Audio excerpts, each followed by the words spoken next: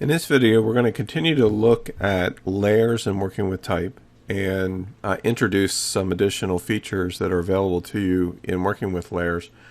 And I reverted back to our original image. So the first thing we want to do is actually break this up a little bit since it's long, because what I'm thinking, just so that you have an idea of where I want to go with this, and then we're actually going to walk through it. The larger type, like we were looking at before, that said love never fails, and have love never fails, and in between that have all of the sentences that are related to this verse. So in order to build that out, first thing we need to do is break up our lines here, and I'm just looking to keep it as similar as possible as length. You'll notice that everything is pushing out here to the middle because that's how it is. And actually, let's turn off the background layer so it makes it a little bit easier to see.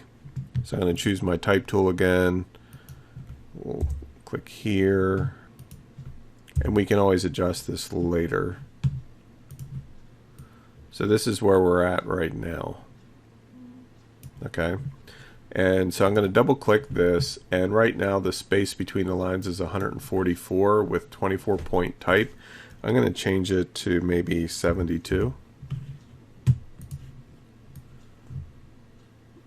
And let's see how that interacts with our picture. So it's actually a little bit big still.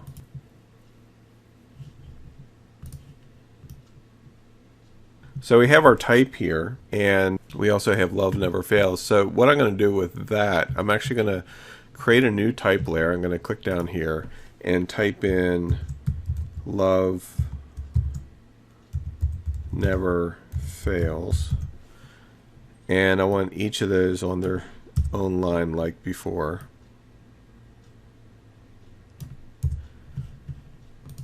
And we're going to make them big like before and change the font. So this time I think I'm going to use a font that I like called Satisfaction.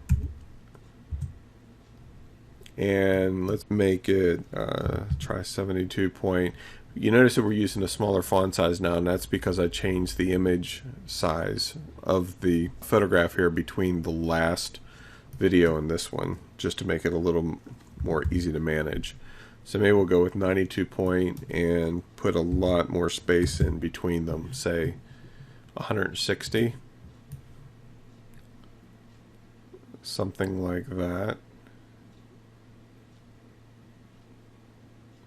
Now the object of the game, and actually let's make it a little bit bigger, we're not going to have those sitting on top of each other like that. They're actually going to, this love never fails is going to be ghosted back into the image, and I'll show you what I mean by that in just a minute. First thing I want to do is select that and change the color from black to green. Okay, and then if I left mouse click and drag, I can move it so that it's behind the black type. So that's how you shift the stacking order of your layers. You just simply left mouse click and drag it to the position that you want it in. Okay. The next thing that I can do then is change the blend mode. Remember, we looked at those. Blend mode from normal to multiply. And change the opacity from 100 down to maybe 35. We could even make it a little lower. And just to kind of show you the difference that it'll make, say we went with screen, it would actually lighten it like that. Hard light. Notice how it's much more green looking than if we went with multiply. Overlay is another one that's very popular, and actually in this case that could actually work really well. Just turn the opacity down a little bit. So you just want it to be a hint of that information. And the other thing we'll do, I have the font currently as Calibri. We may make that an italic. And the last thing that I want to do, just to enhance this a little bit, is select the phrase love never fails here at the bottom and turn that into a bold italic, just so that it stands out a little bit more, and maybe make it a darker green. Okay, so there's a lot of different ways that we can handle this design-wise, but this is just one way of doing it. Now, another thing that we could do, one area that we haven't talked about yet, are layer masks. And I'll show you how layer mask works. Let's say that I want to create another rounded box like we had before, and except this time I wanted to overlap the heart. Okay, now the black was the foreground color, so that's why it changed to black. I'm going to increase the edges so that it's much more rounded. And I'm going to change the color. So let's close this window. Now, one thing that I'm going to do is we're going to change the opacity of this.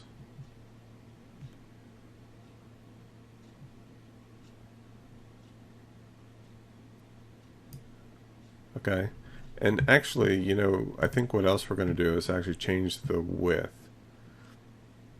I don't want the height to be affected. Right now it's 2520. Let's go to, say, 3000. And then, actually that's probably going to be too much. Say 2700. And then with the move tool selected, I'm just going to scoot that over.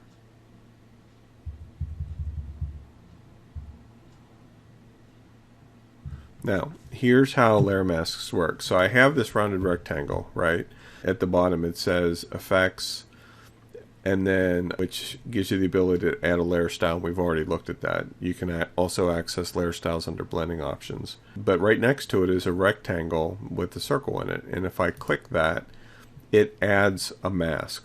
Right now it's just a blank white box, but here's how it works. You can use brushes or any of the marquee tools, the lasso tools, whatever, to draw shapes, and anything that is filled with black makes whatever you're masking disappear. Anything that is filled with white makes the object solid or appear, and any variation in grayscale in between there determines level of opacity. So here, let me just demonstrate what I mean by that. Let's take a brush, okay, and right now it's set 134.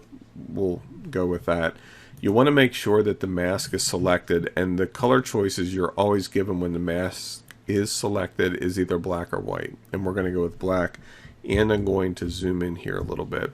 So now if I paint with the black on this layer mask for the yellow box, watch what happens.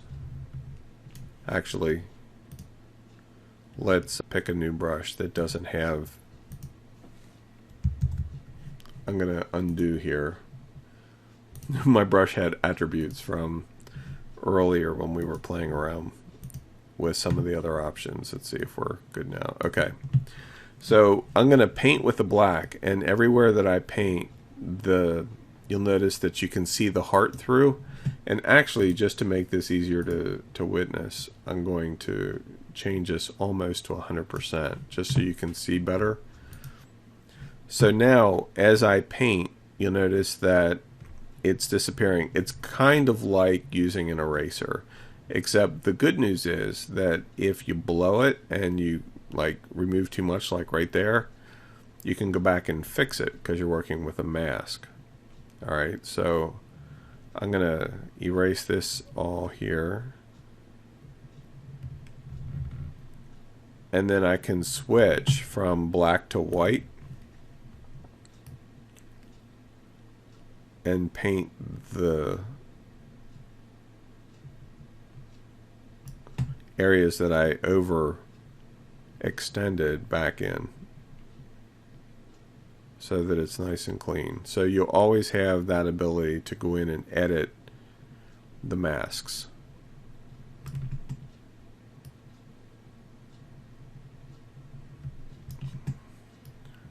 And get it as precise as you want it to be. And this is just one way of using masks. But so if I turn the opacity back down to, say, where it was before, well, let's go with 40, and we zoom out, now you'll notice that the heart has this dimensionality to it because it's standing out from the type. Okay?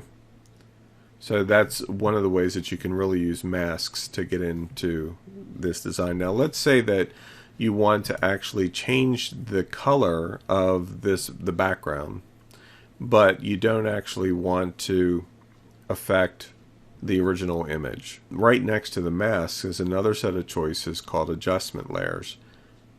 Okay, and whenever you click on the adjustment layer, you get a number of options. Solid color, gradient pattern, brightness and contrast, levels, curves, exposures. A lot of these should sound familiar because there are also tools that are available through other options, except with layers, they work a little bit differently.